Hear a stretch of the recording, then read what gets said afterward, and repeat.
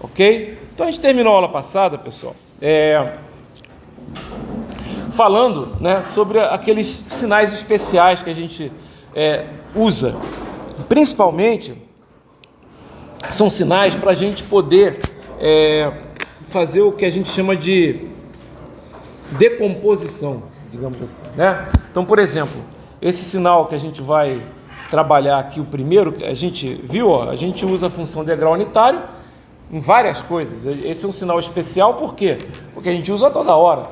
Se a gente quer simular uma chave, a gente usa um degrau unitário, né? É só multiplicar por um degrau unitário. Então, a partir do tempo t igual a 0, você tem o bit 1, ou a chave está ligada, e quando t é menor do que 0, a chave está desligada. A gente viu isso, né?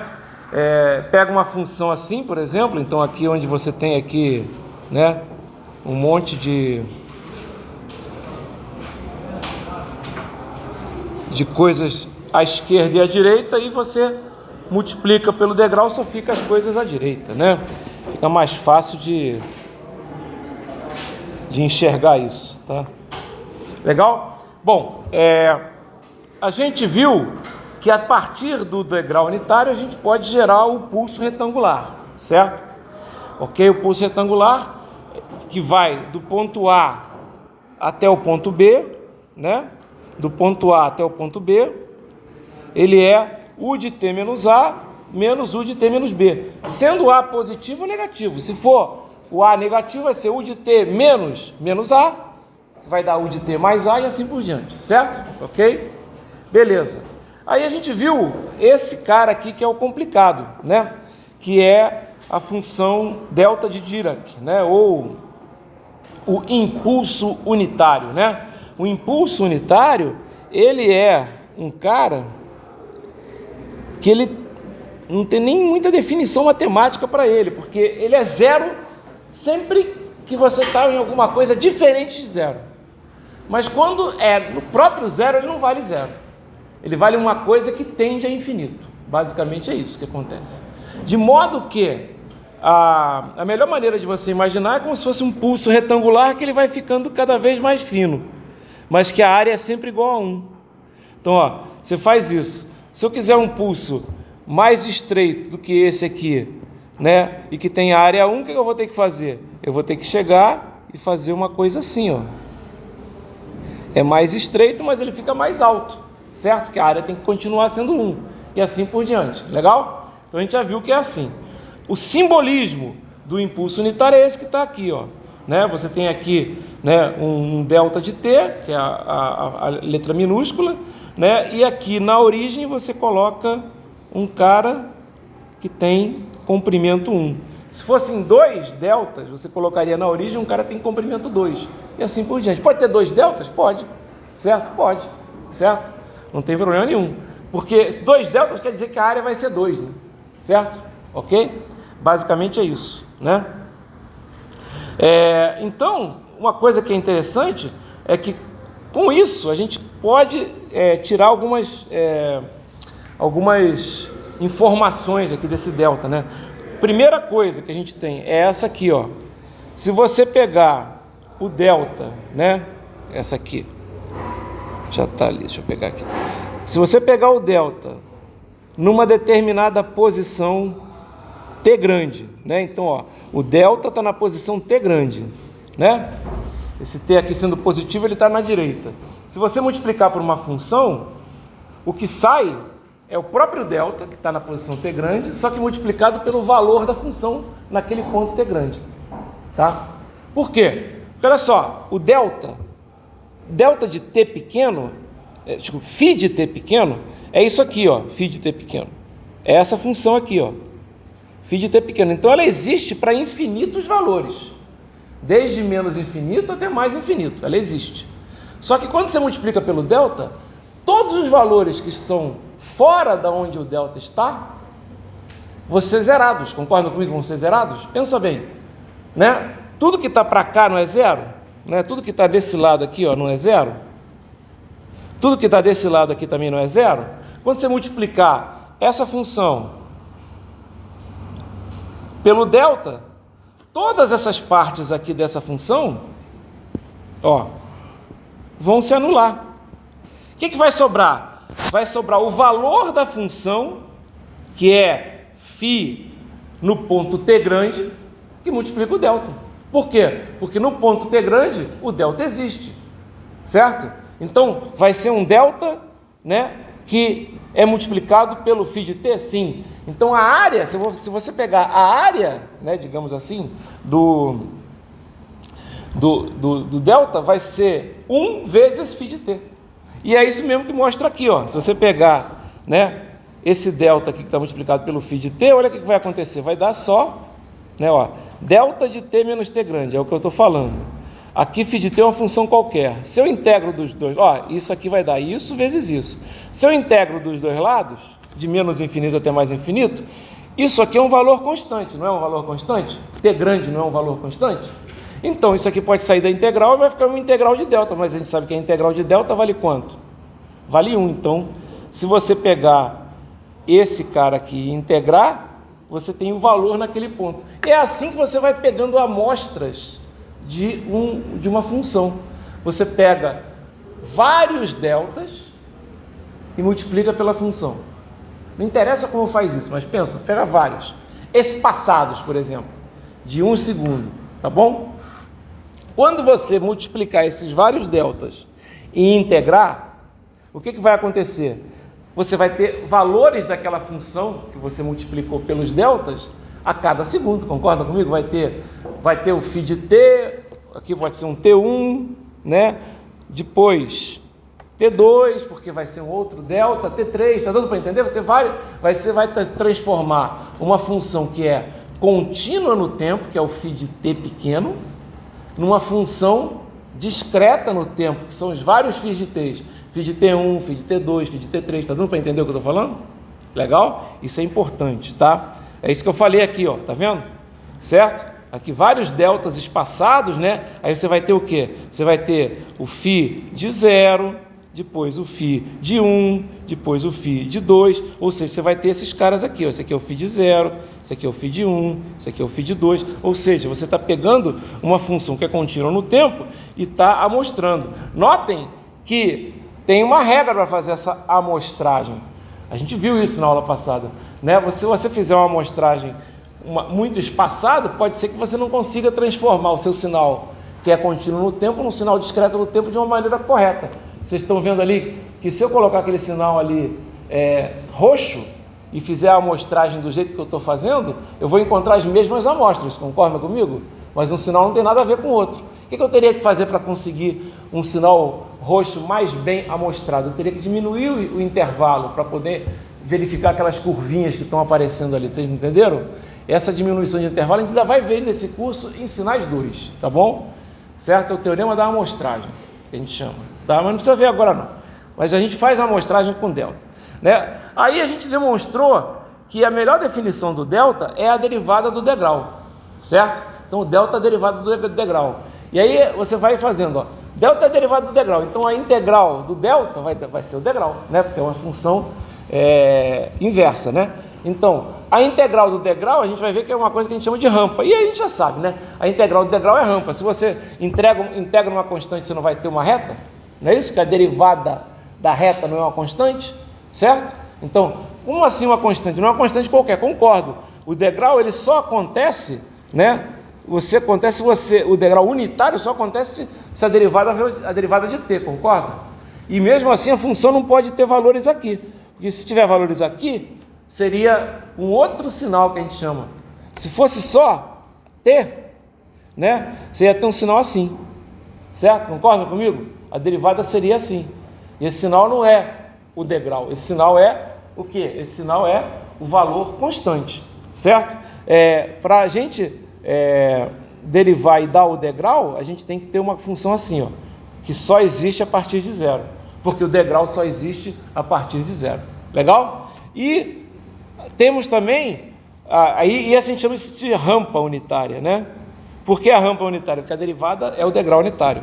E aqui temos também a função parábola unitária, que é, quando você deriva, vai dar justamente a rampa. Porque tem que ser t2 sobre 2. Quando você derivar, vai dar 2t dividido por 2. E aí vai dar o t. Certo?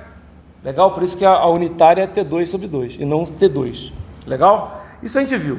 E aí a gente viu também as exponenciais complexas. A gente viu que esse sinal exponencial complexo, ele é poderosíssimo. Por quê? Porque ele representa uma série de outros sinais. Ele pode representar senoide pura, né? Senoide pura. Ele pode representar constante. Ele pode representar senoide crescente, né? Senoide decrescente. Quer dizer, isso é o que esse sinal pode representar. Então a gente usa bastante ele na disciplina, tá? Ok? A gente fez alguns exemplos, tá? Falamos também de simetria de sinais, né? Sinais pares e ímpares, a gente entrou com um detalhe sobre isso, toda noção é recordação.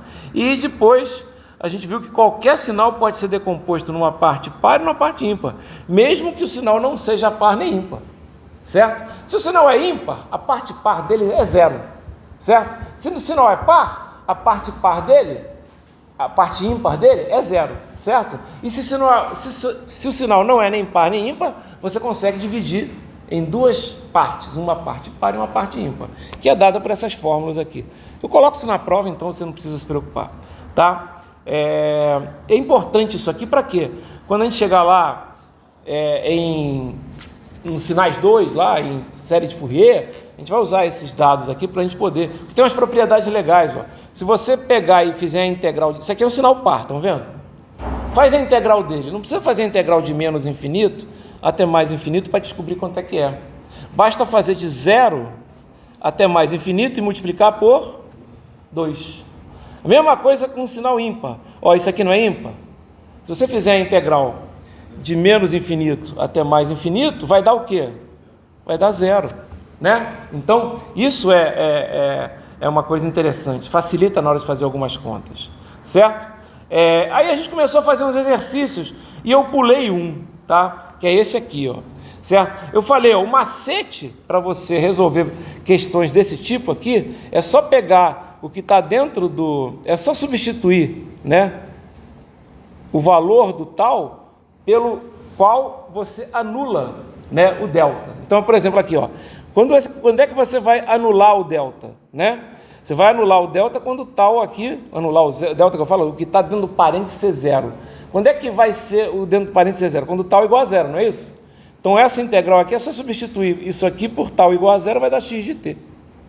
Isso aqui, na verdade, a gente vai ver que é justamente a convolução, que são vários sinais, né? Porque são infinitos deltas, né? Porque, olha só, é d tal, né? Então tem infinitos deltas. E ele está pegando, para cada infinito delta, pegando um pontinho da função x de t. Não sei se vocês estão entendendo, certo? Está pegando um pontinho da função x de t. Então está pegando infinitos t's também, certo? Então você tem a própria função, né? Então eu mostrei aqui como é que era. A gente tem isso aqui bem simples, etc. E tem esse aqui, ó, delta de 2t menos 3. Aí a coisa já complica. Vamos lá. Aí você tem, vamos pegar ele aqui, ó, é delta de 2t menos 3, seno de πt dt. Então vamos lá.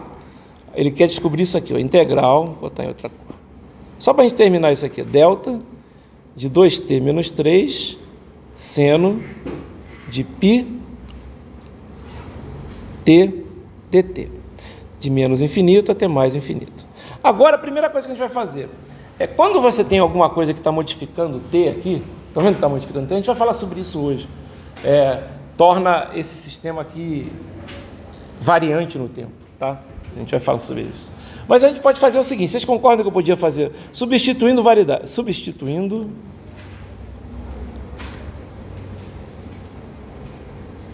variáveis. Só para... Porque eu não estou acostumado com integral de 2t, 3t, 4t. Estou acostumado com delta de t. Não é isso que a gente já viu? Não é isso que a gente viu? Então agora eu vou fazer o seguinte, eu vou chamar isso aqui, ó, 2t menos 3, eu vou chamar de x, certo? Ok? Aí, se eu derivar, o que vai acontecer aqui? Eu vou ter que 2dt vai ser igual a dx. Vocês concordam comigo? Não é isso? Se eu botar, né, dt dx dos dois lados, né, a gente até fazer uma coisa com o professor de cálculo, né, d dx de 2t menos 3 é igual a dx de x, né? Derivando dos dois lados, né? O que vai acontecer aqui? Aqui vai ser 2 dt dx menos 0, que a derivada de uma constante em relação a x vai ser igual a 0, vai ser igual a quem? Dx vai ser igual a 1, né? Aí multiplica aqui, ai meu Deus, o professor de cálculo mata o professor de sinais, né? 2dt é igual a dx, e a gente pode escrever então que, né, o dt é igual a quanto? É igual a dx sobre 2, certo? Legal? Beleza. Tá, outra coisa, quem é t? Se 2t menos 3 é igual a x, quem é t? T vai ser o quê? Vai ser 2t vai ser 3 mais x, concorda comigo? Certo? Eu só estou fazendo substituição de variáveis, vamos fazer a substituição toda, né? Então, 2t vai ser igual a 3 mais x, e o t vai ser igual a quanto? 3 sobre 2 mais x sobre 2, tudo bem? Legal. Agora, galera, olha só que legal. Eu vou aqui fazer a substituição. Eu vou pegar esse t que está aqui, né? Vou pegar esse dt que está aqui, né? E vou substituir nessa equação que está aqui em cima. E vou pegar esse 2t mais 3 que está aqui e vou substituir na equação daqui de cima. Isso é legal? Ok? Se t vai de menos infinito até mais infinito, x também vai de menos infinito até mais infinito. Concordam comigo? Então não preciso mexer nos limites de integração. Certo? Ok? Então vai ficar, porque essa aqui é a integral de menos infinito até mais infinito em t. Né? E em x? Em x é a mesma coisa, porque vai de menos infinito até mais infinito. Então vai ficar assim, ó. Vou pegar aqui, ó, vou fazer a substituição. Vou até copiar para não deixa eu copiar para não confundir vocês. Essa questão aqui, ela é tricky, como o pessoal chama, né? Capciosa. Capciosa é um nome muito, muito bonito. Vamos lá. Ó, vou fazer as substituições. Então vai ficar assim, ó. Aqui vai ser x. Aqui vai ser quanto? Vai ser 3 sobre 2 mais x sobre 2. Concordam comigo? Certo? Ok? E aqui vai ser dx sobre 2. Concordam? Não é isso? Então vai ficar assim, ó. Integral de menos infinito até mais infinito, que agora vai ficar fácil, né? Quer ver, ó? De delta de x, certo? Que mais? Seno de π, que multiplica 3 mais x sobre 2, certo? dx sobre 2. Eu quero saber quanto é que vale isso, certo? Bom, primeira coisa, esse 2 aqui é uma constante, então pode sair da integral, vai ficar assim, meio da integral de menos infinito até mais infinito, de delta de x, seno de π 3 mais x sobre 2, né? dx, concordam comigo? Tá isso aqui? Todo mundo acompanhando? E agora é fácil, né? Lembra que agora eu posso fazer, agora eu tenho um delta sem nada multiplicando a variável dele. Tinha um delta multiplicando, tinha um t, não tinha um t? Sim. Aqui? Tá, desculpa que eu escrevi rápido, né? Então, entenderam o que eu estou fazendo? Agora, porque tem uma coisa multiplicando o t, então tem que usar uma mudança de variável, entendeu o que eu estou falando? Se não tivesse nada multiplicando o t, não tinha problema nenhum. Sabe, porque eu já sei que é só pegar onde tem o t, mas ali tem uma variação no t. Então eu tive que mudar, tive que colocar isso, tá? E aí o que acontece? Agora não tem ninguém multiplicando o x, estão vendo? Que é um delta de x puro, estão vendo? E aí agora o que eu faço? Agora eu só uso a propriedade, né, do delta. É simplesmente quando é que isso aqui é igual a zero, concordam comigo? Então isso aqui vai dar quanto? Vai dar meio de uma coisa que vai ser o seno de quem? De π 3 mais 0 sobre 2. Lembra que é isso que dá? Dá o valor quando você pega a variável e substitui pelo valor, né, onde o delta existe. O delta existe em 0. E aí vai dar quanto? Vai dar meio de seno de quanto? De 3 π sobre 2. certo? Mas quanto é que é seno de 3π sobre 2? É π sobre 2, π sobre 2, 3π sobre 2. É menos 1, concordam que é menos 1? Vocês podem encontrar isso, legal? Ó, π sobre 2, π sobre 2, π sobre 2, 3π sobre 2, concordam? Não é? É menos 1. Então isso aqui vai dar quanto? Menos meio. Legal, né? Essa é uma questão difícil. Se eu boto na prova, ninguém acerta. Que o pessoal ia simplesmente substituir aqui, ó, ia pegar o quê? Ia pegar o que estava aqui, ó, ia falar assim, ó, ia pegar e falar assim, ó, 2t menos 3 tem que ser igual a 0, certo? Não é quando existe? Aí você vai botar assim, ó, t igual a menos a 3 meios. Aí você substitui aqui, o que vai acontecer? Vai dar seno de 3π sobre 2, se você substituir igual a 3 meios. E o meio? Lembra que apareceu um meio que ficou do lado de fora? A resposta que vocês iam colocar ia ser menos 1, e a resposta correta é menos meio, porque quando você faz a mudança de variável, aquele meio vai para fora. Legal? Ficou entendido isso? Tá? Bacana. Beleza. Isso era o que eu queria falar desses sinais. Eu já falei na aula passada, mas eu estou voltando na aula de hoje. A aula de hoje, galera, é complicada em algumas partes, tá? Mas ela é muito importante, tá? Que é o seguinte, a gente até agora só falou de sinais, né? Não falou nada de sistemas, certo? Ok? E aí, como é que faz então? Bom, a gente vai ter que falar de sistema agora. E aí, o que vai acontecer? Né? A gente vai... Alô? Não, ele não colocou aqui. Só um instantinho. Ele de vez em quando dá umas travadas. Eu não sei por que esse cara faz isso.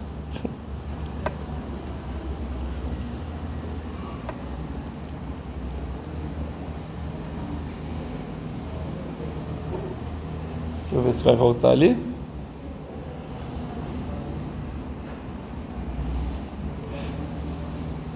Sim ou não? Opa! Cadê? Aparece aqui, filho. Vai.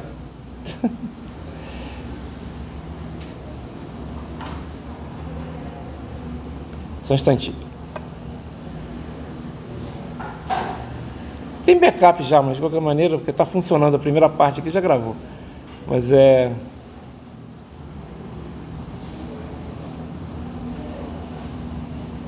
agora sim. Aí, legal. Vamos gravar. Isso, vamos gravar. Ok. Então vamos ver se ele vai gravar ou não vai. Agora tá indo, tá? Então, ó, o que a gente vai fazer agora? A gente vai agora falar sobre sistemas, pessoal. A gente já sabe o que o sistema é. A gente falou logo nas primeiras aulas, certo? Então, o sistema é o quê? É uma caixa preta, certo? Né? Que transforma os sinais. Você tem um sinal, por exemplo, ó, aqui, ó, ele bota um exemplo bem interessante, ó.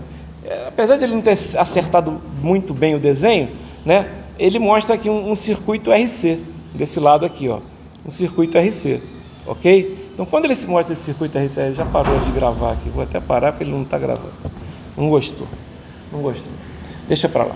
Então, quando ele mostra esse circuito RC aqui, o que acontece?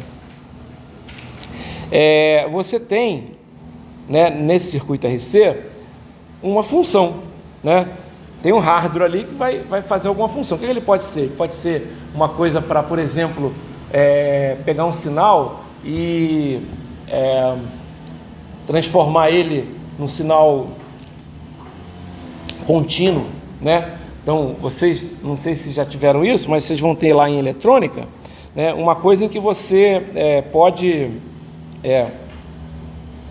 fazer o quê? Você pode capturar, digamos assim, você pode pegar uma onda senoidal, retificar ela e depois fazer ela ficar lisinha. Você transforma uma forma de onda corrente alternada em corrente contínua, tá certo? E aí, o que acontece? Isso é uma função, é o que o sistema faz, tá? E aí, a gente tem que, né, entender, né? Então, é como se fosse assim, a saída de um sistema é sempre uma coisa em função da entrada, né? Então, aqui, ó, x de t é a entrada, e aqui y de t é a saída. E o que acontece, né? Você pode ter um sistema, por exemplo, que é identidade. Identidade é um sistema que entra X e sai X, não faz nada, certo? Ele mantém, certo? Tudo bem.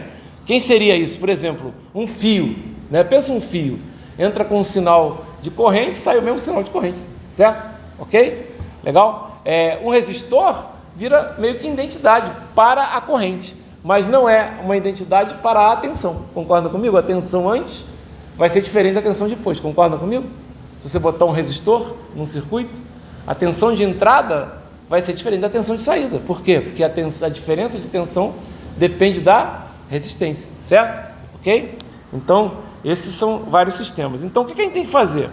A gente tem que saber analisar os sistemas, né, que são as caixas pretas que representam, né, o que a gente vai estudar, de maneira que a gente possa usar algumas propriedades matemáticas em cima disso, né?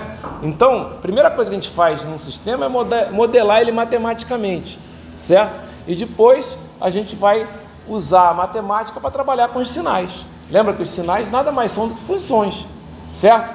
Então, o que acontece se eu tenho uma modelagem lá do sistema, né? Se o sistema é um diferenciador, ele faz derivada, né? O que acontece? Se eu entrar com um sinal x de t, vai sair a derivada de x de t. Tá legal? Então, por exemplo, se eu entrar com um degrau unitário, vai sair o impulso unitário. Concordam comigo? Se ele é um diferenciador, né? Vai sair o impulso, porque ele deriva, tá? Então, a gente tem que saber as propriedades do sistema para poder utilizá-las no nosso estudo, certo? Então, por exemplo, quando você vai saber, né, como determinar a saída de um sistema, que é a resposta, né, a mesma coisa que saída, tá? Você pode ter sistemas, por exemplo, que dependem de duas coisas. Para você descobrir a resposta de como o sistema funciona, você tem que saber como o sistema estava no instante zero, certo? Ok? Que é isso aqui, ó. Por exemplo, aqui é a tensão no capacitor em zero. E depois, o que acontece, né, quando você coloca a entrada? Então, notem, você tem duas coisas que dá a resposta do sistema. Não se preocupa com isso aqui não, porque a gente não vai usar isso, né, por enquanto. Mas, basicamente, a gente usa muito em circuitos, né? A gente pega lá, qual é a tensão no capacitor? É a tensão no instante zero, mais a corrente que ele acumulou lá entre zero e o instante t, por exemplo, né? Tá ok? Y de t seria a tensão aqui, eu diria que seria, isso aqui pode ser, a gente pode colocar como se fosse I, né? E aqui seria o V de t, tá? Ok? Legal. E aí? E aí a gente vai usar isso mais em circuitos, né? Então é bom só lembrar disso, que nem sempre você consegue saber a resposta do sistema apenas a partir do instante t igual a zero. Às vezes o sistema depende de memória, ele depende de coisas antigas. O que seriam as coisas antigas aqui? Como ele estava em t igual a zero, por exemplo, certo? E isso aí é uma das classificações do sistema, a gente vai ver já já. Então deixa eu só chamar a atenção para isso aqui, né? Então a resposta total é a resposta da entrada nula, mas a resposta do estado nulo, digamos assim, tá? O estado nulo é supondo que não tem nada, né? Então é a parte de cá, e entrada nula, né? É isso aqui, você não entrou nada, é o que já tinha no sistema, tá ok? E aí a gente tem as seguintes classificações, né, que a gente vai trabalhar. Quais são as que importam para a gente, né? Essas são as classificações de sistemas, pessoal. Notem, as que são importantes eu vou aqui marcar, ó.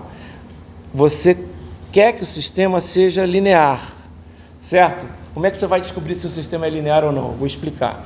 Você quer que o sistema seja invariante no tempo. O que é invariante no tempo? Eu já vou explicar. Dependendo do sistema, quer ou não, mas você pode classificar em sistemas que têm memória ou que não têm memória. Por exemplo, esse sistema aqui, ó, que é um sistema, a saída, que é o Y de t, depende de um cara no instante zero e mais alguma coisa que vai acontecendo. Então ele tem memória, certo? Ele tem memória. É importante? Não, na verdade, é só para a gente saber classificar isso, tá? Então ele tem memória, ok? Que mais? A gente quer saber se o sistema é causal ou não causal. Tudo que eu estou marcando, a gente vai pedir, por exemplo, em exercícios, Causal é aquele sistema que só se preocupa com coisas a partir do instante de tempo T, não se preocupa com o passado, ele só se preocupa com o presente e o futuro, né? Já sistemas de tempo contínuo e sistemas de tempo discreto, eu nem vou perguntar isso. Sistemas analógicos e digitais também não vou perguntar isso. Vou falar o que é, mas não vou perguntar isso. Inversibilidade também não é uma coisa tão importante. Inversibilidade é o seguinte: o sistema, para ser inversível, ele tem que ser 1 para 1. Vamos supor que seja um sistema 2 para 1. Quando você voltar, você não vai saber de onde veio. Vocês concordam comigo? Você não vai saber se veio de cima ou de baixo, porque você tem que ter uma relação 1 para 1 sempre. Tá legal? Então é basicamente isso, né? A entrada e a saída tem que estar ligadas diretamente. E estabilidade é importante pra caramba. Uma das coisas que vocês vão aprender, por exemplo, quando você vai aprender, vocês estão no 3º ano.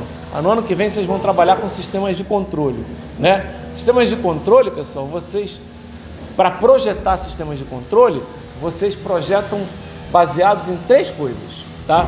Primeiro, se o sistema é estável ou não. Se ele for instável, você não pode projetar nada, certo? Ok? Mas ele pode ser instável no início. Realmente, no início o sistema até pode ser instável, mas ele estabiliza. Essa instabilidade inicial do sistema, a gente chama de transitória do sistema. Por exemplo, quando você liga alguma coisa, às vezes a coisa não faz isso aqui, ó. Ela faz isso. Entendeu o que eu estou falando? Essa parte aqui, a gente chama de transitório. Então, nessa parte transitória, a gente tem que estudar também sistemas de controle. E supondo que ele é estável, será que ele vai ter algum erro no longo prazo? O cara está brigando comigo aqui. Será que vai ter algum erro no longo prazo? Pode ser. Então esse erro a gente chama de erro de estado estacionário. Você não precisa se preocupar com isso, quem dá isso é a Camila, mas quem ensinou isso para ela fui eu, então tudo bem, né? Isso aí fui eu que dei essa disciplina lá no Sesumar. Daí dei aqui também quando não tinha ninguém, tá? É uma disciplina que eu gosto de dar aula pra caramba também, mas agora já estou afastado, sei lá, há uns 5 ou 6 anos, já que eu não mexo com isso. Tá ok? Legal. Agora, então vamos lá, vamos falar das propriedades que interessam mais pra gente. Linearidade. O que é uma coisa linear, né? Basicamente, quando você fala em linearidade, você tem que ter 2 propriedades satisfeitas para um sistema ter linearidade. Então, a primeira propriedade, pessoal, a gente chama de aditividade. A segunda propriedade a gente chama de homogeneidade ou escalamento. Vou ficar brigando com o cara aqui. Que pariu. Vamos lá. Aditividade. O que quer dizer isso? É uma coisa faz bem sentido com linearidade. Pensa bem. Aditividade é a propriedade que faz o seguinte, ó. Se você entra com x1, sai y1, ó, entra com x1, né? Deixa eu pegar aqui. Entra com x1 e sai y1. Entra com x2 e sai y2. Se você entrar com x1 mais x2, vai sair y1 mais y2. Faz sentido, não faz? Mas isso só acontece se o sistema for o quê? Linear. Ok? Num circuito, a gente tem que usar isso, por exemplo, para usar a teoria da superposição, teorema de Thevenin. Circuitos elétricos são lineares, certo? Mas mesmo os que têm capacitor e indutor, sim. Mesmo que tem capacitor e indutor, porque a derivada, a integral, são operadores lineares. Eles não são operadores que transformam, eles não mudam a ordem que a gente chama, tá certo? A gente vai ver isso, tá? Homogeneidade, né? Aí também faz bastante sentido. Se você entrar com x, vai sair y. Se você entrar com x vezes uma constante, vai sair y vezes uma constante. Concordam comigo? Faz muito sentido isso. Mas só faz sentido se o sistema for o quê? Linear. Quer ver uma coisa interessantíssima? Ó, vou mostrar aqui para vocês. Não é isso. Não é isso. Volta. É isso aqui. Deixa eu pegar aqui onde eu estou. Estou aqui. Vou pegar aqui, vou dar um exemplo e vocês vão ficar, uau, né? Porra, como assim? Né? Quando a gente pensa em coisa linear, a gente pensa em reta, não pensa em reta? E aí, olha só que coisa interessante, né? Se você pegar, só que tem que ser uma reta, né? Quando a gente fala em linearidade em sistemas, tem que ser como se fosse uma reta que passasse na origem. Vocês vão entender por quê. Porque olha só, vamos supor que eu pegue, né, um sistema assim, ó. Entra x de t e sai y de t, onde y de t é 3 vezes x de t mais 1, né? Você olha assim, porra, parece muito com uma reta, né? Porque a equação da reta, por exemplo, é y igual a 3x mais 1, por exemplo, né? Tá ok? Só que em sistemas isso aqui não é linear. Eu mostro isso para vocês porque não é. Olha só, se eu entrar com x1 de t, vai sair y1 de t, que é 3x1 de t mais 1, não é? Sim ou não? Sim. Se eu entrar com x2 de t, vamos copiar aqui, ó. Copiar, colar. Se eu entrar com x2 de t, ó, sai isso aqui, ó, y2, certo? Se eu entrar com x1 mais x2, o que vai acontecer? Aí é que a coisa é interessante. Se eu entrar com x1 mais x2, vou colocar aqui, ó,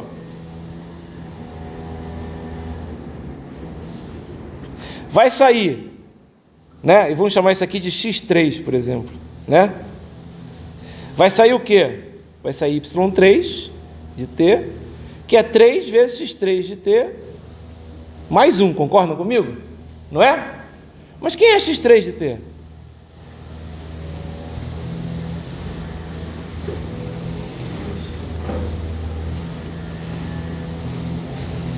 E isso aqui não é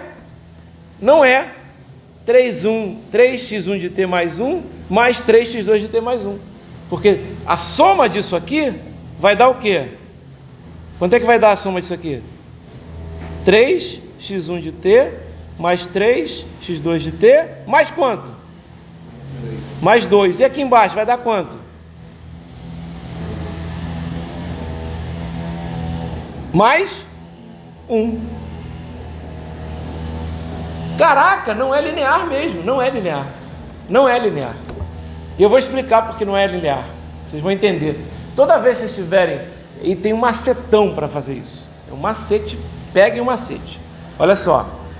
É como se sinais fossem realmente variáveis, digamos assim. Certo? Se isso aqui fosse um polinômio, pensa num polinômio. X ao cubo mais x ao quadrado mais x mais 2. Com certeza, né, se eu tiver uma saída assim, que é polinomial, isso é não linear. Por quê? Porque é x ao cubo, x ao quadrado, vocês estão entendendo? Quando eu colocar a soma, vai dar a soma ao quadrado, que a gente sabe que não é exatamente a soma do quadrado de cada um, concordam comigo? Certo? Ok? Então, olha o que acontece. Quando eu fiz isso aqui, ó, y é igual a x mais 1, basicamente, né? O que está acontecendo? Notem, o grau do y é 1. Concordam? Se fosse pensar o grau do x é 1, certo? Mas o grau do 1 é 0. Concordam? Não é? Quando o termo independente não é como se fosse um valor x elevado a 0 ou y elevado a 0. Está dando para entender? O grau Então, quando você tiver uma equação, por exemplo, olha só que coisa interessante, ó. Se eu pegar isso aqui, dx de t, dt, mais sei lá, vou botar assim, olha como é que eu posso relacionar. Às vezes aparece, o sistema é esse, ó, que a derivada da saída, segunda ordem, mais mais 2 vezes a derivada primeira ordem, mais o y de t é igual ao dx de t, dt, mais x de t, por exemplo. Tá? Esse é um sistema que você não tem nem entrada e saída meio que arrumadas, porque, né, você tem derivada da saída, mas você tem a relação. A entrada seria x e o y seria a saída. E a relação entre elas é essa aqui.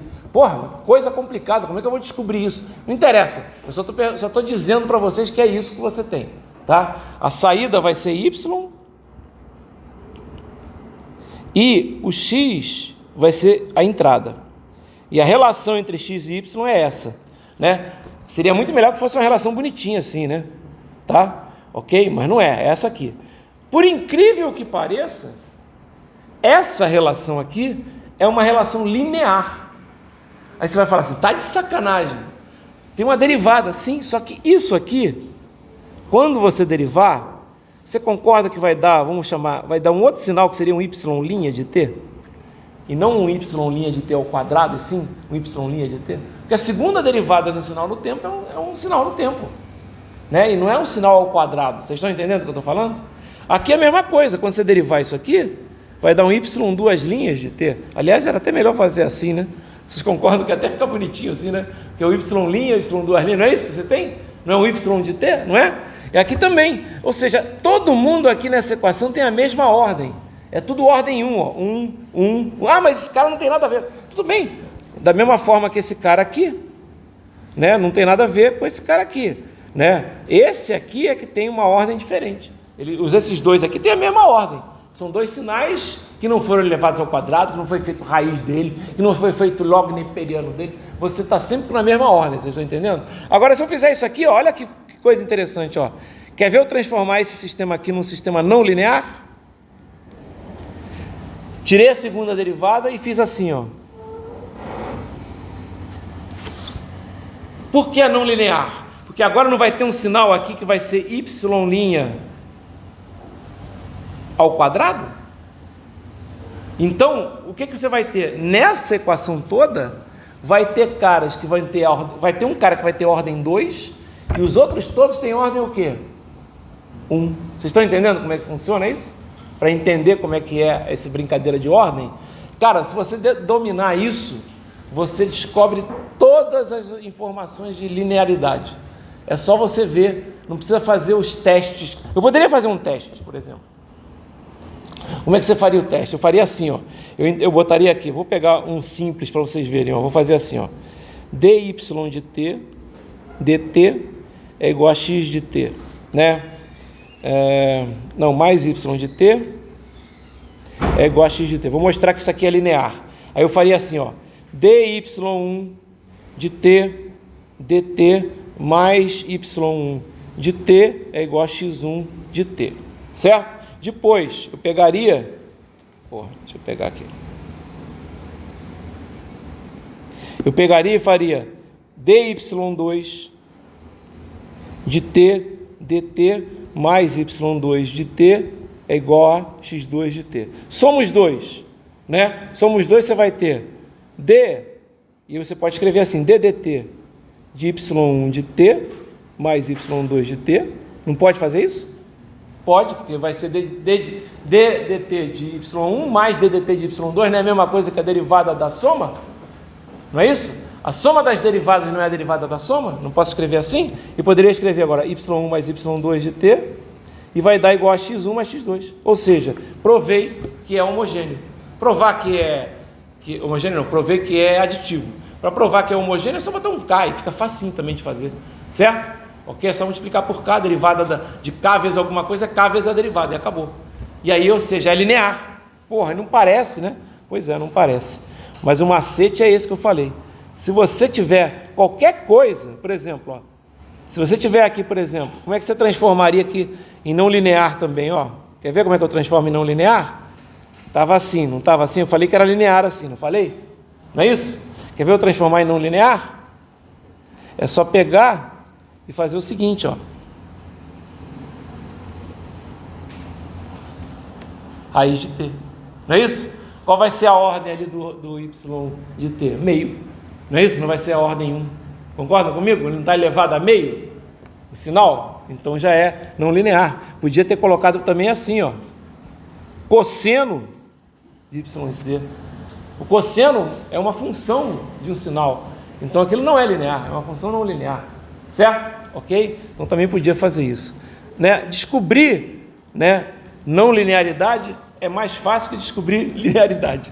Tá certo? Você fala logo isso. Mas essa brincadeira da ordem é bem importante. Tem o treino, né? Você podia fazer isso aqui, mas eu uso mais essa técnica que eu acabei de mostrar para vocês, é muito melhor, mais fácil, né? Então, por exemplo, aqui ele bota um exemplo de coisa não linear, mas eu podia ter colocado outro, eu já dei alguns outros, né? Ok? Mas, por exemplo, que ele, esse aqui é uma coisa bem escrota, né? Que é o seguinte, ó, você mostrar que é não... Quase sempre quando você vê homogêneo, o sistema quase sempre quando o sistema é aditivo, ele é homogêneo também. Mas aqui ele botou um exemplo em que o sistema é aditivo, ele aceita a aditividade, mas ele não aceita a homogeneidade. Mas é bem específico mesmo, ele usa uma função que é assim, é parte real, né? Parte de real de x de 1 de t, mas é real de x2 de t, é real de x1, mas é real de x2. Porém, o que acontece? Se você pegar, né,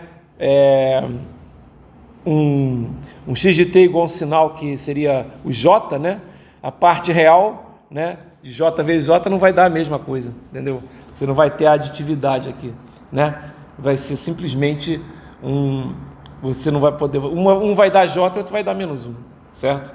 Ok? Legal? A parte real de j vezes a parte real de j, desculpe, o j vezes a parte real de j, digamos assim, vai ser diferente, né, da parte real de j vezes j, certo? Que é menos 1, tá ok?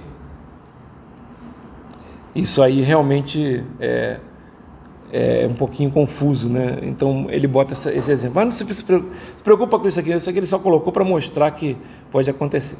Outra coisa que a pessoa fica louca de cabeça e que é importante, que é a invariância no tempo, tá? Invariância no tempo, pessoal, é importante pra caramba.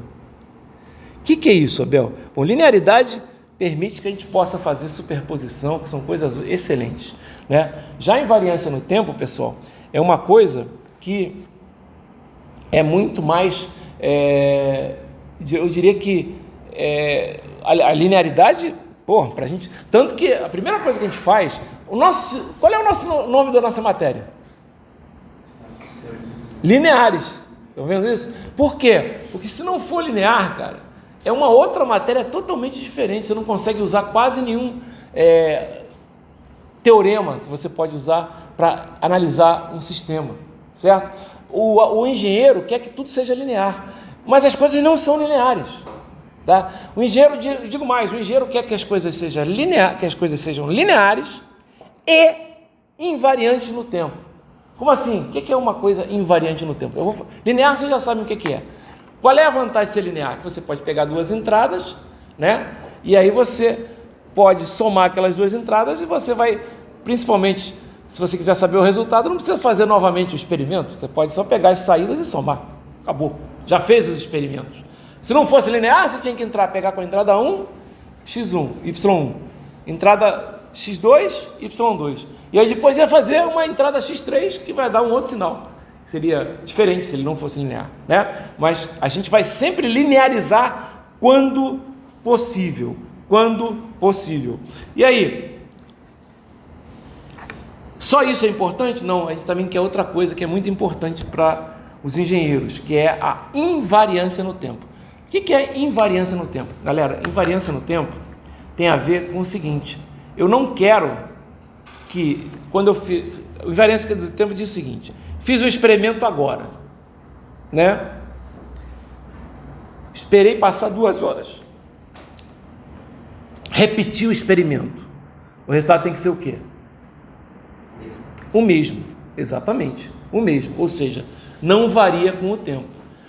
Cara, tem um monte de coisas que a gente vê no dia a dia que são variantes no tempo, mas a variância é tão pouca que não interessa muito isso. Por exemplo, porque a variância só acontece no estado que a gente chama de transitório, por isso que eu falei lá que vocês vão ver isso. Por exemplo, você acende uma luz, o brilho dela é constante? Não, quando você acende, o brilho é menor, ela vai esquentando, certo? E ela vai ficando mais brilhante, concordam comigo? Então, se é um sistema de iluminação, ele não é variante no tempo, certo? Desculpa, ele não é invariante, ele é variante, certo? Mas tudo bem, não tem problema, porque depois que esquentou ficou invariante, concordam comigo? Beleza, é isso mesmo. Depois que estabilizou, ficou invariante. Beleza, sem problema, tá? É o que a gente quer. Então a gente não vai estudar esse fenômeno, né, na hora que ele está variando no tempo. A gente vai estudar na hora que ele está constante, quando ele está estável, certo? Ok? E como é que você descobre, né, se um sistema é variante no tempo ou invariante no tempo? Na verdade, é uma coisa bem interessante. Tem várias dicas, tá? Mas, por exemplo, né, ele bota aqui um exemplo, ó, aqui. Ele pega um sinal assim, ó, olha só, que é quando dá problema. Ó. Quer ver? Eu vou pegar aqui um sinal aqui, ó, um sistema que é isso. Ó. Ele faz isso. Vou pegar aqui, vou criar uma página aqui. Tá. Então, olha só, ele pega um sistema assim, y de t, opa, assim não, y de t é igual a e elevado a menos t vezes x de t, tá? O que esse sistema faz? Ele faz o seguinte, entra no sistema o x de t e sai o x de t multiplicado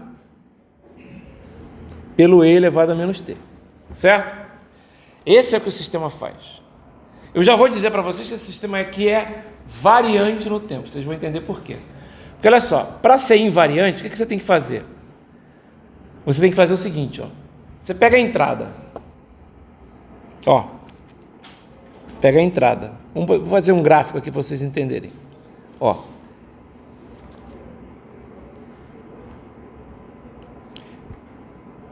Ok? Aí vou pegar uma entrada qualquer. Pronto. E aí, isso aqui é em 0. E aí, eu vou ter uma saída. Né? Vou ter uma saída, vamos dizer, assim. Ok? Beleza, essa é a saída. Tá? Como é que a gente sabe se é variante no tempo ou invariante no tempo? Se você pegar a entrada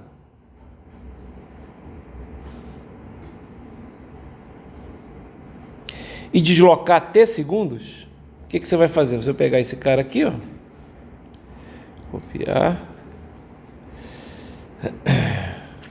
colar. O que vai ter que acontecer? Esse aqui passa o sistema, né? Aqui passa pelo sistema.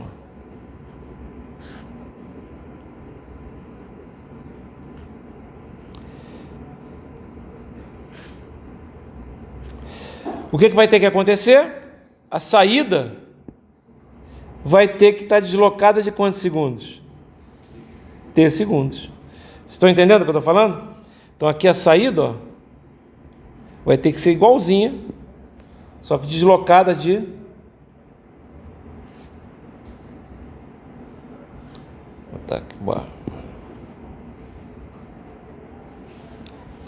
T segundos. Entenderam o que eu estou falando? É assim.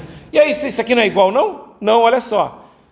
Quem é, né, a entrada? É x de t, não é? Como é que a gente testa? A gente faz o seguinte, ó. Como é que a gente testa? A gente faz o seguinte, ó. A gente primeiro atrasa a entrada, ou muda a entrada, por exemplo. Atrasar, né? Bota ela t segundos para frente, certo? Passa pelo sistema. Qual vai ser a saída? Vai ser y de t menos t grande. Então, olha só. Olha aqui. Se eu pegar essa entrada aqui, entra x de t e sai y de t, que vale quanto? X de t vezes e elevado a menos t, certo? Ok? Essa é a saída, não é? Se você deslocar essa saída, ou seja, se você pegar e transformar isso aqui em y de t menos t grande, o que vai acontecer? Vai ser x de t menos t grande vezes e de menos t grande. Vocês concordam comigo? Eu só usei matemática onde estava t. Isso é deslocar a saída. Concordam comigo? Isso é uma resposta, tá? Se o sistema for invariante no tempo, se eu entrar com x de t menos t grande, o que vai sair? Olha que sacanagem, hein? Sabe o que vai sair se eu entrar com x de t menos t grande? Vai sair um y de t, que vai ser x de t menos t grande, que multiplica e elevado a menos t. Por quê? O sistema não é um multiplicador por e elevado a menos t? Se eu entrar com um x de t deslocado, o que vai sair é o x de t deslocado vezes e elevado a menos t. Isso aqui é igual a isso aqui? Não. Estão dando para entender? Isso aqui, na verdade, a minha saída eu coloco y de t menos t, mas na verdade isso aqui é a minha saída, né? Deslocada, né? Está dando para entender o que eu estou falando? A saída deslocada não é igual a quem? A entrada deslocada que passou pelo sistema. Está dando para ver que isso aqui acontece? Tá? Quando é que isso acontece? Né? Aí vamos à prática, porque é muito mais fácil na prática do que na teoria. Você tentar fazer isso aqui, vocês vão dar nó na cabeça. Mas vocês entenderam o que eu fiz aqui, não entenderam? O que eu fiz aqui? Eu peguei o x de t, saiu o y de t, que é isso. Aí eu peguei essa saída aqui e passei para y de t menos t grande, ok? Depois eu fiz diferente. Eu peguei a entrada, desloquei. Não foi a saída que eu desloquei. Peguei a entrada e desloquei. Passei pelo sistema. Quando eu passei pelo sistema, a entrada deslocada foi multiplicada por e elevado a menos t, que é justamente o que o sistema faz. Certo? Só que o que vai acontecer? A entrada foi deslocada, mas essa parte não foi. Concordam comigo? Por quê? Porque o sistema não mudou. E ele... Por que assim? Pô, então como assim? Justamente, esse sistema é variante no tempo. É fácil saber quando é que é variante no tempo. Sabe quando é que é variante no tempo? Variante no tempo.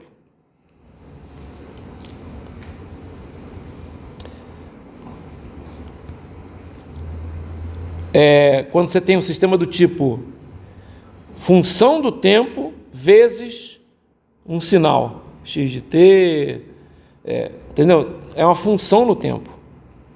Exatamente essa que eu acabei de fazer, ó.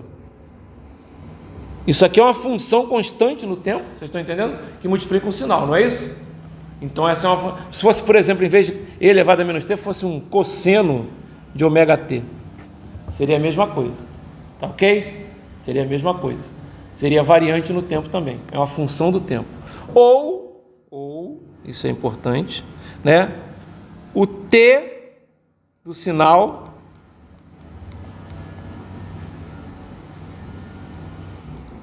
é multiplicado, é diferente de 1.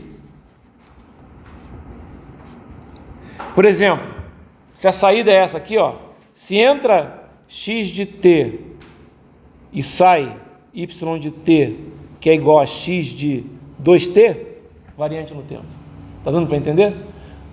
Se qualquer coisa que tiver em t aqui que seja diferente de 1, log neperiano de t. Pronto. Você está entendendo o que eu estou falando? Ninguém vai ter uma porra dessa forma. Não vai existir isso, mas eu estou entendendo. Se lá dentro não é só t, se for menos t, é diferente de t. Vocês estão entendendo o que eu estou falando? Dentro do parênteses do sinal. Certo? Aí é variante no tempo. É assim que vocês descobrem fácil, rápido, 2 segundos. Ok? Tá? Não precisa ficar fazendo o que o livro faz, que demora uma página para mostrar. Tá? Então é muito mais simples pensando assim. Tá? Eu olho e já sei quais são os variantes e os invariantes. Tá? É bem simples. Ok? Beleza. Agora vamos para os fáceis. Né? Como assim? Realmente, o difícil é provar variância no tempo e linearidade. Os outros é fácil. É tudo fácil. Ok? Então, por exemplo, instantâneo ou dinâmico. O que é? Por exemplo, se o sistema só depende, né, do tempo que ele está, por exemplo, x de t igual a y de t igual a 3x de t. Tudo está no mesmo, entendeu? A cada tempo do y de t só depende do t, naquele tempo mesmo, certo? Então, ele é um sistema que a gente chama de sistema instantâneo, tá? Por exemplo, cuidado, porque se você pegar, por exemplo, x de t igual a y de t igual a x de 2t, ele tem memória. Porque pensa bem, o x de... É só você botar números, que aí você entende. Vamos pegar aqui. ele vai ter memória. Deixa eu botar aqui. Ó, se você pegar, por exemplo, ó, y de t é igual a x de 2t, olha que coisa interessante, ó. Se você botar y de 0, beleza, vai ser x de 0. Então, 0, 0, no mesmo instante, não é? Mas, por exemplo, né, se você botar y de 1, vai ser o quê? X de 2. É de outro, tá vendo que é outro instante de tempo? Não é outro instante de tempo? Então ele tem memória, certo? Normalmente os exemplos que eu coloco é assim, ó, y de t igual a x de t mais 1, por exemplo, né? Tem memória, por quê? Oi? Tem memória que não ter memória é que a saída só depende do mesmo instante da entrada.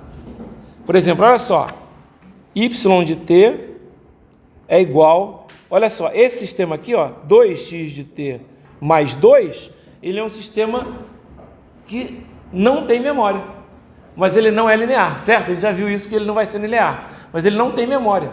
Tá vendo o que eu estou falando? Por que ele não tem memória? Tem algum, para cada instante de t aqui, eu preciso saber outro instante de t aqui? Não, é sempre o mesmo instante. Mas, por exemplo, olha só, y de t é igual a 2x de t mais 1, né? Esse sistema, por exemplo, é linear, mas ele tem memória.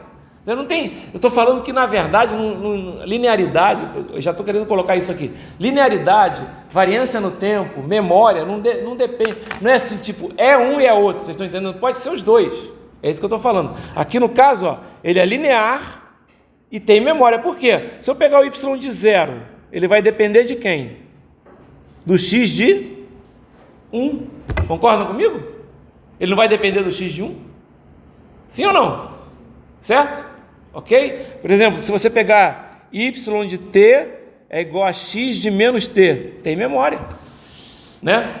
Certo? Por quê? Porque você vai ter o y de 2 vai depender do x de menos 2, tá dando? É só você colocar valores que você entende, certo? Você entende o que eu estou falando, ok? Tá? Cuidado que você colocar um t qualquer aqui, ó, por exemplo, se você tivesse colocado assim, ó, y de t é igual a t mais 1 x de t. Não tem memória. Por quê? Porque o t que importa não é esse aqui, que está do lado de fora. Está dando para entender? É o t que está do lado de dentro do sinal. Está dando para entender o que eu estou falando? Certo? Mas se for ser y de 0, vai depender do 1 aqui. Não, filho, não depende do x de 0, porque você vai pegar o t igual a 0 e vai colocar nos dois. Você está dando para entender? Que ele não depende de um outro valor? Mas vai aparecer 1, não, isso aqui não é 1, isso aqui é uma multiplicação, só isso. Isso aqui é com certeza variante no tempo, concorda que isso aqui é variante no tempo? Não tem uma função do tempo multiplicando o sinal? Então isso aqui é variante no tempo. É variante no tempo, mas não tem memória. É variante no tempo e não tem memória. Memória é quando ele depende de valores que são diferentes. A saída depende, em cada ponto depende de valores que não são naquele próprio ponto de instante de tempo. Ele pode depender do passado, por exemplo, né? Por exemplo, lá aquele exemplo do RC, olha só, ele tem memória. Ele não precisa, para eu saber qual é a tensão no instante T, eu preciso saber que é a saída, eu preciso saber quanto é que é a tensão no instante 0. Entendeu? Então eu preciso saber exatamente o que é memória ou sem memória. É importante. Na verdade, esses são bem mais fáceis de entender, né? Esse aqui, com os testes, você resolve logo. É só chutar valores do tempo. Quase sempre você resolve isso. Se você pegar menos t, 2t, qualquer coisa assim, qualquer diferença lá dentro do t, aí você vai ter memória, porque você vai ter um valor, né? Não é 1 para 1, não é t e t, né? Para ser t e t, tudo bem. T mais 1, claro, t mais 1 está lá dentro, né? Então, tem memória. T menos 1, tem memória. 2t, tem memória, né? Tudo que tiver essas coisas nos parênteses, você vai ver que tem memória, tá? Ok, mais 1, menos 1, etc. Tá? Isso é importante, tá? Outra coisa que também é importante, a gente pede essas classificações, né? É o seguinte, a gente quer que, não é que a gente queira, normalmente a gente quer o quê? A gente quer um sistema que ele só depende do tempo atual, e ele pode depender do passado, mas um sistema que depende do futuro é complicado, concordam comigo? Então, se um sistema é tal, de modo que ele dependa de instantes de tempo, né, a saída depende de um instante de tempo que está no futuro, ele é um sistema não causal. Causal é os que depende do tempo atual, ou seja, todo sistema sem memória, né, aquele que não tem memória, ele é causal. Todo sistema sem memória não é causal. Mas nem todo sistema com memória vai ser causal. Por quê? Porque pode ser memória do futuro, lembra? Memória é pegar um outro instante de tempo que você precisa para saber qual é a saída, né? Se você precisa do futuro, o sistema é não causal. Porra, não tem nenhum sistema que seja não causal, não dá para usar isso. Concordam comigo? Né? É que nem aquele cara, mas espera aí, mas eu posso transformar um sistema não causal num sistema causal, né? É que nem aquele cara fala assim, você consegue adivinhar os números da Mega Sena do concurso 345, que é o próximo? Ele falou. Aí eu falo assim, consigo, mas preciso de tempo. Quanto tempo? Uma semana. Você tem que esperar a coisa acontecer. Entendeu o que eu estou falando? E aí você não vai adivinhar, você vai dizer quais são os números. Você está entendendo? Então, sistemas não causais podem ser transformados em sistemas o quê? Causais, através do que a gente chama de buffers. Isso é bem interessante, tá? Mas não dá para trabalhar com sistemas não causais, porque você não sabe o que vai acontecer. Mas você pode bufferizar, que a gente chama. Vocês vão ver isso em eletrônica, pessoal. Hoje se usa bastante isso ainda, mas o exemplo típico, que até um exemplo que hoje nem sabe o que é, era um exemplo que, se alguém aqui, sei lá, quando era pequeno, talvez, lembra que tinha CD player no rádio do carro, né? CD player, era o primeiro, como é que começou no rádio? Você só tinha rádio, né? Atenção, carros só tinham rádio, né? E rádio AM, né? Modulação e amplitude, que a gente vai aprender aqui em Sinais Sistemas 2. Né? Depois passou o FM, que tem uma frequência maior, tem melhor qualidade. E depois começaram o quê? Os toca-fitas. Por quê? Porque era inviável colocar no carro um LP, né? Ia tremer todo, não dava para fazer, tá? Então o pessoal começou com toca-fita. Toca-fita não tinha problema, ele não tinha a melhor qualidade possível, mas ele reproduzia o som, né? E sem problemas de tranco. E aí começaram os CDs, aí o pessoal começou, como a leitura do CD é feita através de laser, e você tinha os amortecedores, o pessoal começou a colocar CD em carro. Mas mesmo assim, mesmo com amortecedores, etc., e com uma mecânica de precisão, às vezes você passava numa buraqueira, pronto. O CD pulava todo. É como se tivesse uma agulha em cima do disco, você não sabe nem o que é, né? Ok? Vocês podem não acreditar, galera, né? Porque eu já tenho 60 anos. Mas você sabe qual foi a primeira coisa que eu fiz para ganhar dinheiro? Quando eu ainda estava fazendo a universidade, eu era DJ. Sério, e eu trabalhava todo fim de semana, né? E naquela época, a gente não tinha CD. Era tudo vinil, que se usa até hoje. Só que agora o pessoal faz a mesma coisa que faz com o vinil, faz no CD. Mas o raiz... Aliás, vinil hoje é coisa de colecionador, né? Você vai comprar um vinil, custa caro pra caramba, né? Então, eu fazia lá, né, as mixagens todas usando uma flanela no toca-discos, né? Segurava, passava, fazia scratch, fazia tudo o que o pessoal faz, né, em DJ, e que hoje o cara faz simplesmente com um aparelhinho ali, tudo no digital, eu fazia no analógico, digamos assim. Então, o CD, ele não tremia, né? Ele tremia menos, mas também tremia. O que faz? Por que eu estou falando tudo isso? Porra, por que você está falando isso tudo? Porque, na verdade, é a primeira aplicação de sistemas não causais que eu posso mostrar para vocês.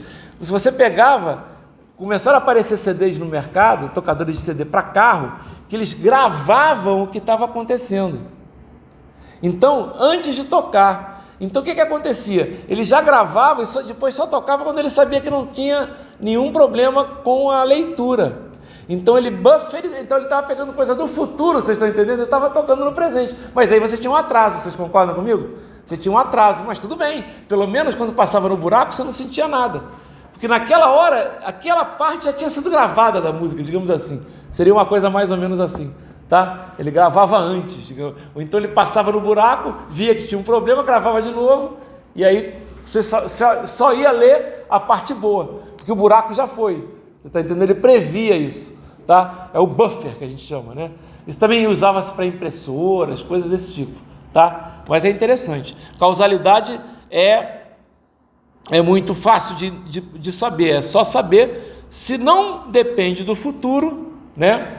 É causal. Se depende do futuro, ó, bola de cristal, não causal, certo? Bola de cristal não causal, você tem que saber o que está acontecendo no futuro, né?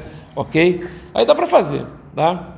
Por isso que eu falo, você consegue realizar sistemas que são não causais usando um atraso.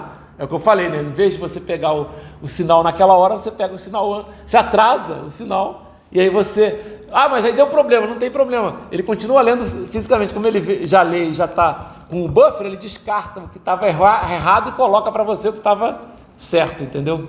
Mas se fosse muita buraqueira, dava problema. Se tivesse muita buraqueira, o buffer não conseguia, você está entendendo? Porque ele era buraco, ele ia atrasando, e não conseguia mais, ele começava a jogar o sujo mesmo, vocês estão entendendo? Ele não conseguia prever isso, mas já ajudou. E agora não tem nada móvel, né? O móvel no carro agora é o motor e as rodas, né? Antigamente tinha o CD, agora tudo, a eletrônica é toda de estado sólido, é tudo memória, então não tem problema nenhum, certo? Então não vai dar pau, né? Mas é legal, certo? Que mais?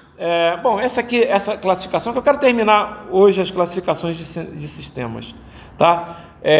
Sistemas, tempo contínuo e tempo discreto, não preciso nem explicar o que é. Tempo contínuo, você vai trabalhar com o tempo contínuo. Tempo discreto, o tempo é discreto, tá? Analógico e digital, né? Analógico, né?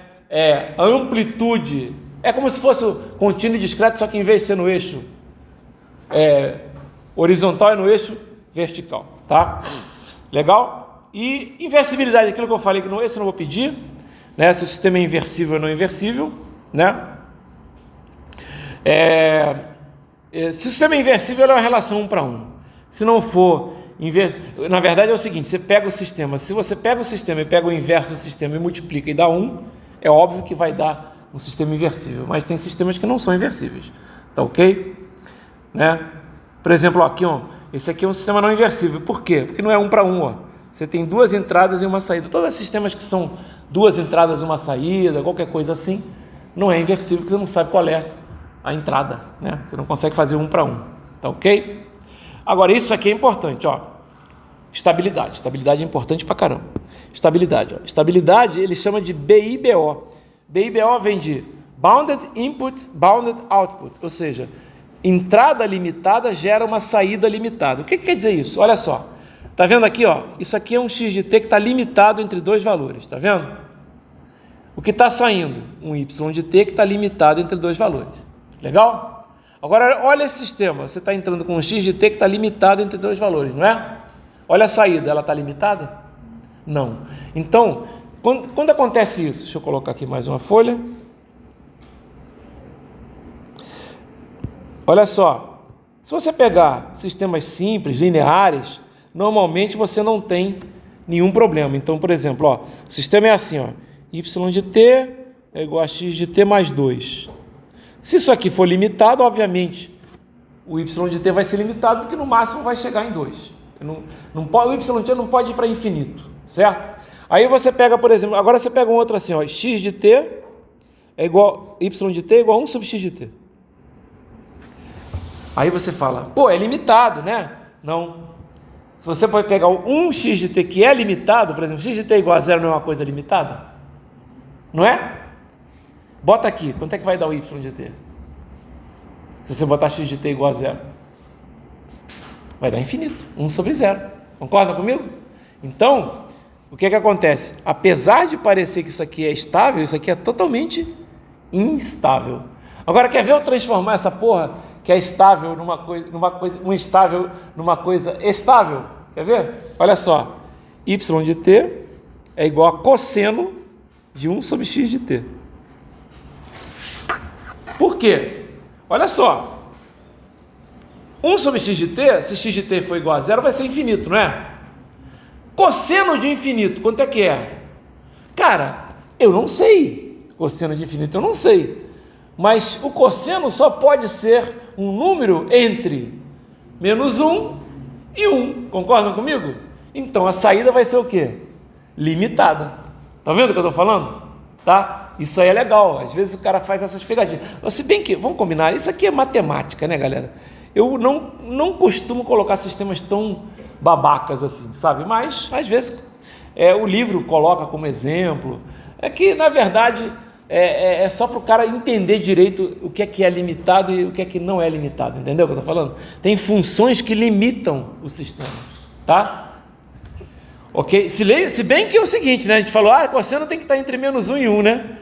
E você já tentaram fazer essa equação aqui, ó?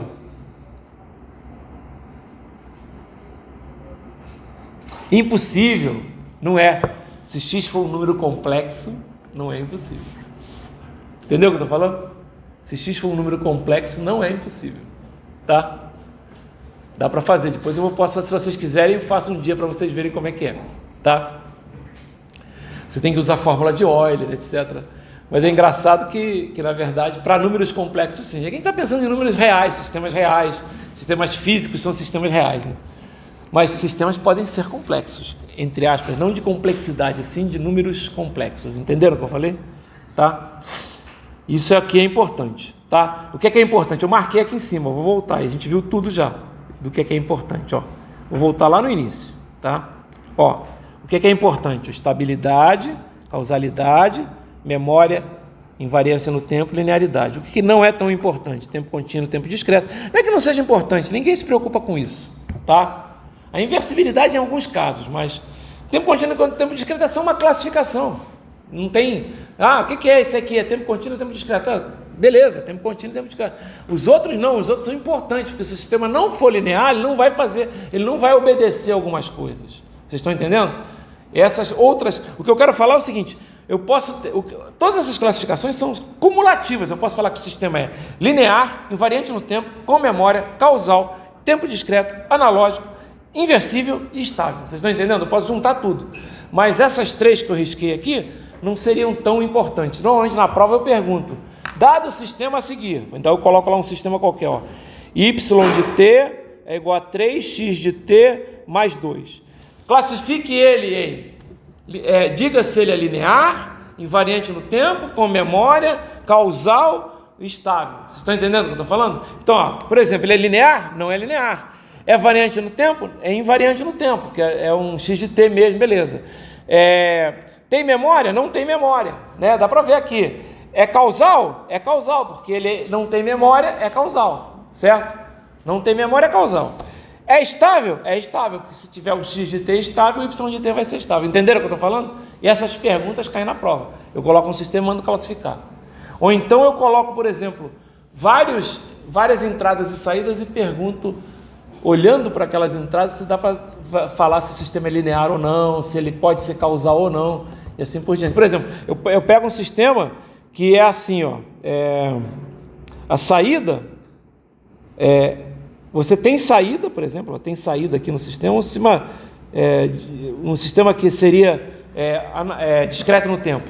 E aí, a entrada, que é o x de t, isso aqui é a saída, y de t. A entrada, que é o x de t, é aqui, ó.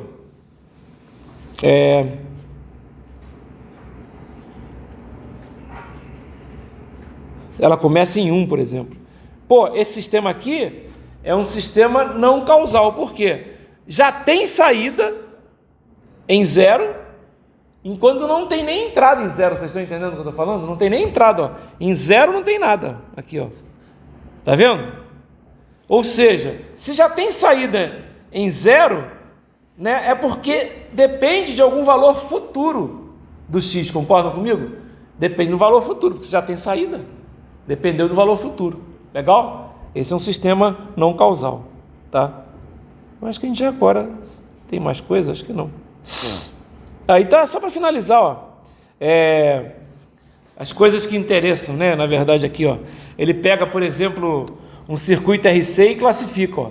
Ele é linear, ele é invariante no tempo, ele tem memória, ele é causal, ele é de tempo contínuo, ele é inversível e ele é estável, né? Já um retificador, ele é não linear, porque ele é um cara que tem módulo, né? Ele é não linear, mas ele é invariante no tempo, ele é instantâneo, né? Porque é o x de t aqui, estão vendo? É só o x de t, né? Ele é contínuo, ele não é inversível, porque justamente se ele é não linear, ele não é inversível, porque você não vai conseguir fazer a volta. E ele é estável, né? Porque se a entrada é estável, a saída é estável também.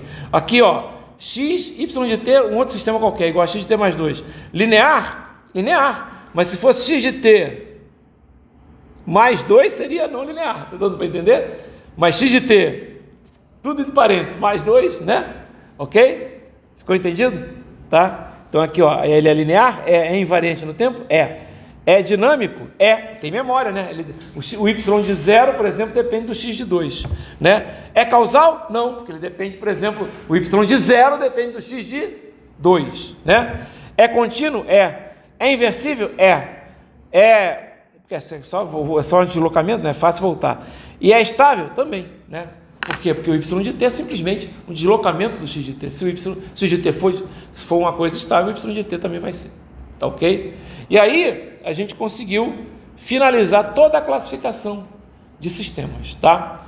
Na semana que vem, a gente vai entrar na quarta-feira.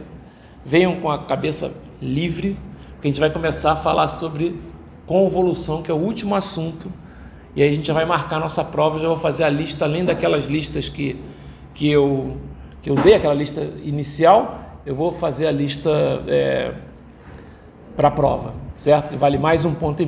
Legal? E aí na aula que vem, a gente vai falar sobre convolução, não vai ter ninguém no quadro, porque vai perder a aula toda, ainda vai perder mais aulas, mas a aula que vem, pelo menos a gente começar a convolução, né? E olha só, por que eu estou falando de sistema aqui?